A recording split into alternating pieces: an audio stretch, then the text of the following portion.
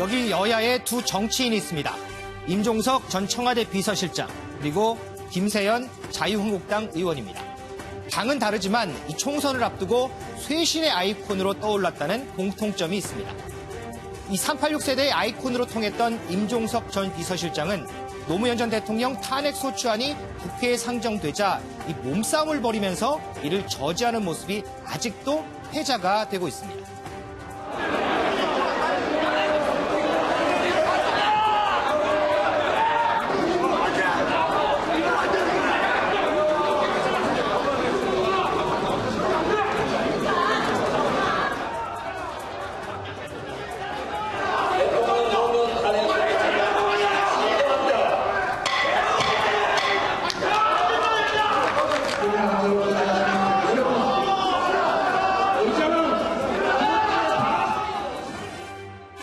부친인 고 김진재 전 의원이 5선을 한 지역구에서 다시 3선 국회의원이 된 김세연 의원. 부자가 한 지역구에서 28년을 국회의원으로 지낸 특이한 이력이 있습니다.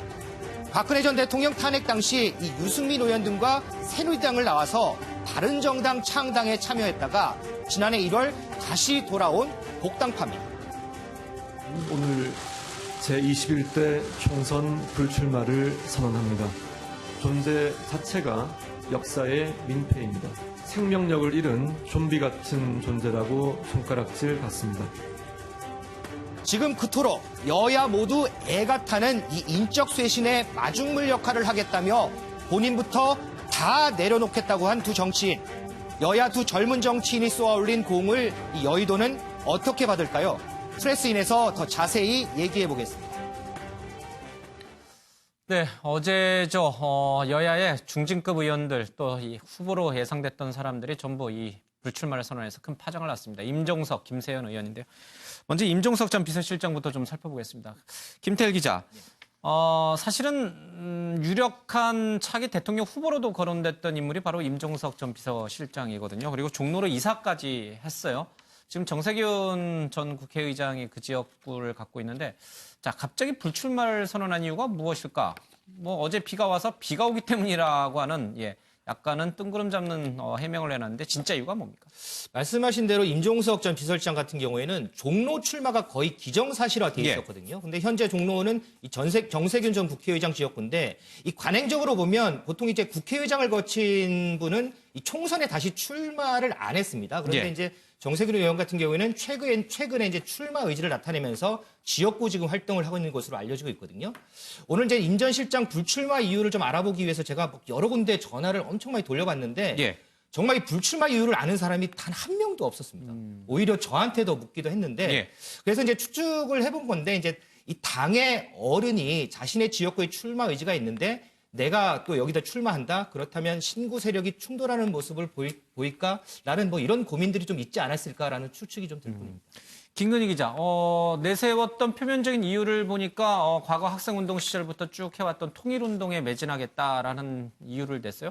앞으로 그러면 임 전 실장의 미래, 향방은 어떻게 되는 겁니까? 그래서 사실은 이 남북 정상회담의 또 주역이었기 때문에 혹시 이 통일부 장관의 어떤 도전을 하는 것 아니냐 이런 해석들도 나오고 있고요. 또 과거에 이 서울시에서도 정무부 시장으로 근무를 했었기 때문에 서울시장에 도전할 수 있다 이런 전망도 나오고 있는데요.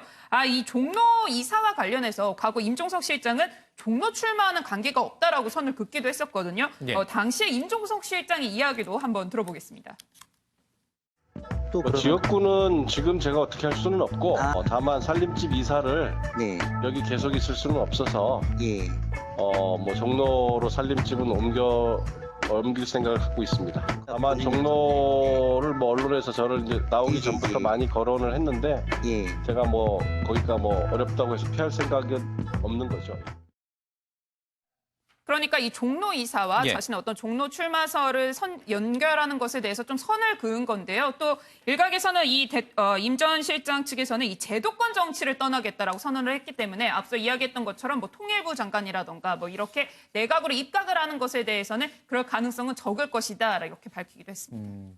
과거에 이제 서울 은평 지역에 나왔다가 낙마를 했고요. 종로에 나오자고 하니 여러 가지가 정세균 현 의원에게 좀 밀리기 때문에 여러 가지 외통수에 빠진 상황이었다. 이게 좀 대체적인 해석이군요.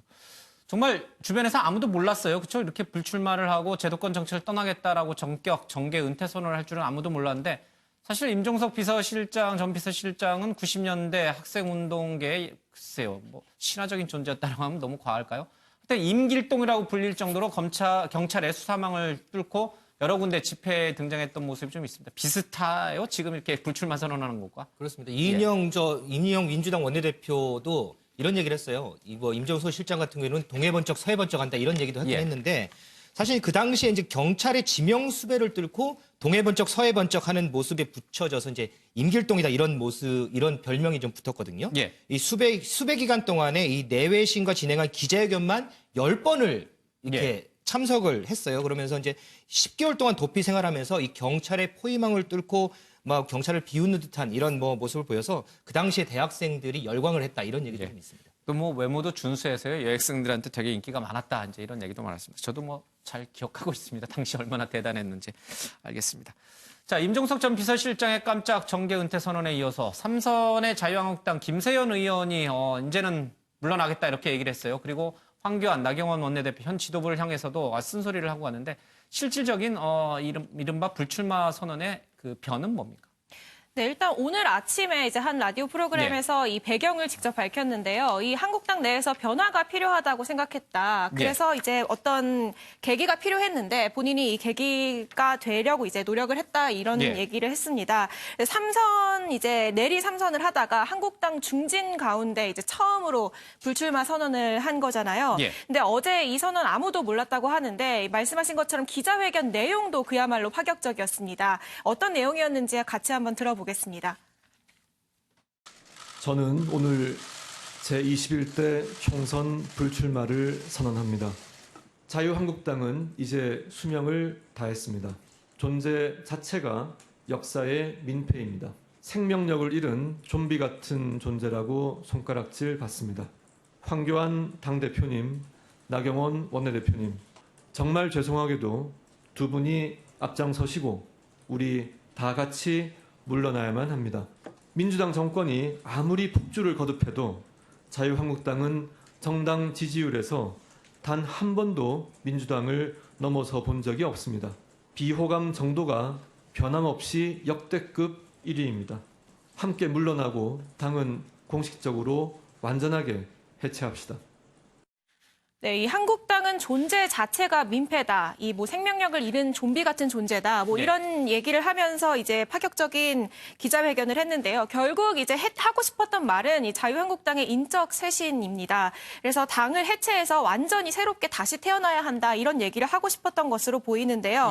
이 관련해서 뭐 황교안 대표와 나경원 대표에게 뭐 비판적인 의견을 낸 건 아니고요. 다만 이 비판을 하고자 하는 목적은 아니었는데 이 당 차원의 결단이 필요했기 때문에 그런 메시지를 전달하려고 이런 표현을 했던 것뿐이다. 이렇게 얘기를 하기도 했습니다. 개인적인 비난을 하기 위해서가 아니라 당을 살리기 위해서 결국은 또 보수가 살기 위해서 쓴소리를 마다하지 않은 것이다. 이제 이런 주장인 셈이군요. 그러면 김태일 기자, 지금 물러나라고 했어요. 존재 자체가 민폐라고도 했어요.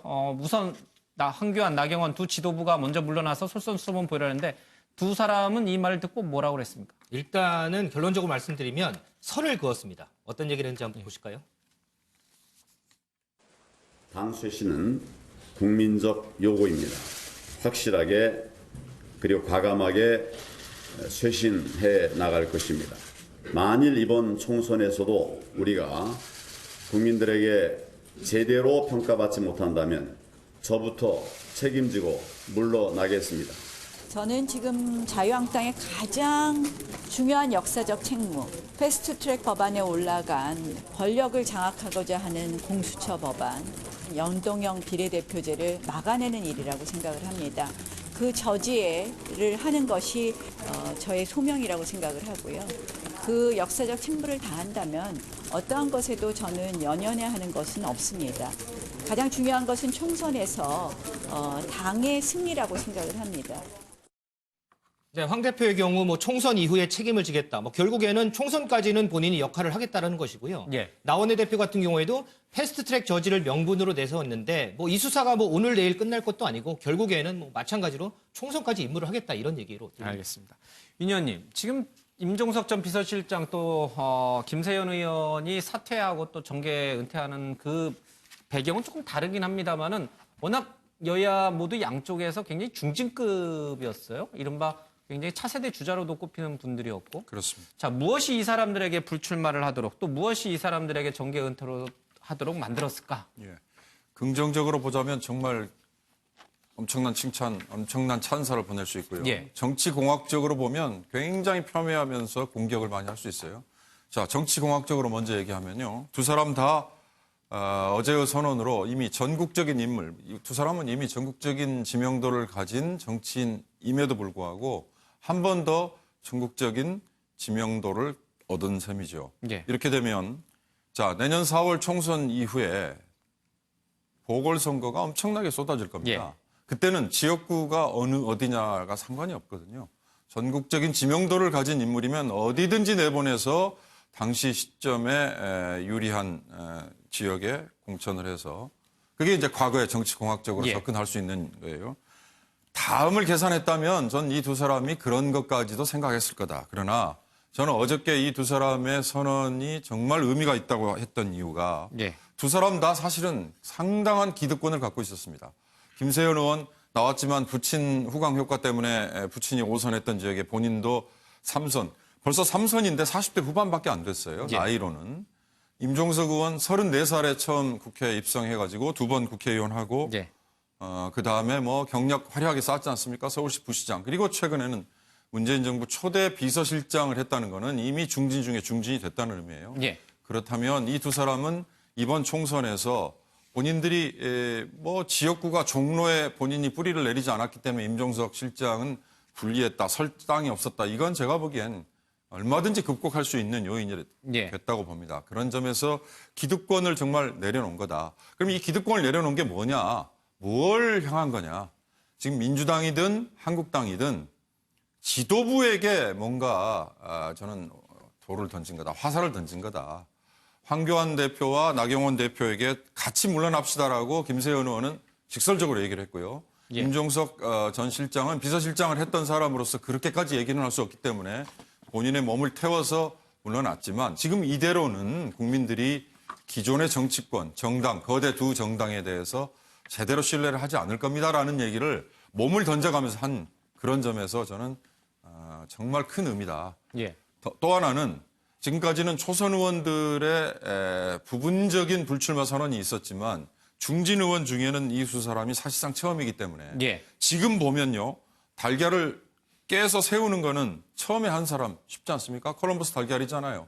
그러나 이 두 사람은 달걀을 처음 깨서 세울 수 있다는 걸 보여준 용기와 어찌 보면 결단력이 있는 거죠. 예. 두 사람에게 뭐 어떤 점이 불리하기 때문에 어떤 점에 정치공학적으로 나중에 뭔가를 얻을 수 있기 때문에라고 저는 사족을 붙이는 평가는 하고 싶지 않습니다. 예. 그런데 관례적으로 저희들이 봐왔을 때 많은 정치인들이 불리한 국면에서 슬쩍 물러났다가 나중에 자연스럽게 아무도 모르게 들어오는 일이 비일비재했거든요. 박지원 의원도 아마 그런 맥락을 지적한 건가요?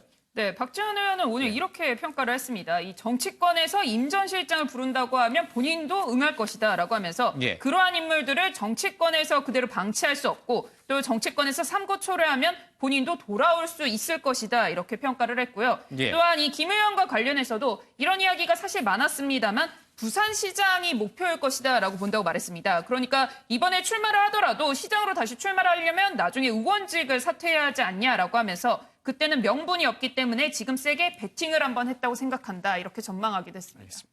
이런 시각도 있고요. 또 윤 의원께서 말씀하신 것처럼 진정성 있는 의미로 정치권의 파장을 좀 불러일으키면 좋겠는데 앞서 여러 나 원내대표 얘기도 들었습니다만 다들 별 생각이 없는 것 같아요. 이철희 의원도 그렇고요. 예. 표 의원도 사퇴했지만 큰 반향을 불러일으키지 못했지 않습니까? 아직은 예. 그렇죠. 그러니까 얼굴만 바꾼다고 해서 그러면 예. 쇄신이 되느냐. 또 하나 나이 많다고 해서 물러나라고 하는 게 또 맞는 요구냐. 예. 여러 가지 논란은 있을 수 있어요. 중요한 건 제도를 바꿔야 되고 정치 문화를 바꿔야 됩니다. 그러니까 정치 문화라는 건 사실 유권자들이 같이 바꿔줘야 되는 예. 거거든요. 상향식 공천, 하향식 공천, 뭐 다른 나라에서 하고 있는 거 왜 우리는 못하느냐 그러는데 예. 사실 유권자들이 함께 바뀌지 않으면 불가능합니다. 또 하나 국회의원들은요. 본인들이 법을 만드는 권한을 쥐고 있기 때문에 심지어 주소지가 본인의 지역구에 없는데도 예. 출마를 할 수 있는 아주 악법 규정도 있습니다. 이런 것들도 고쳐야 됩니다. 알겠습니다.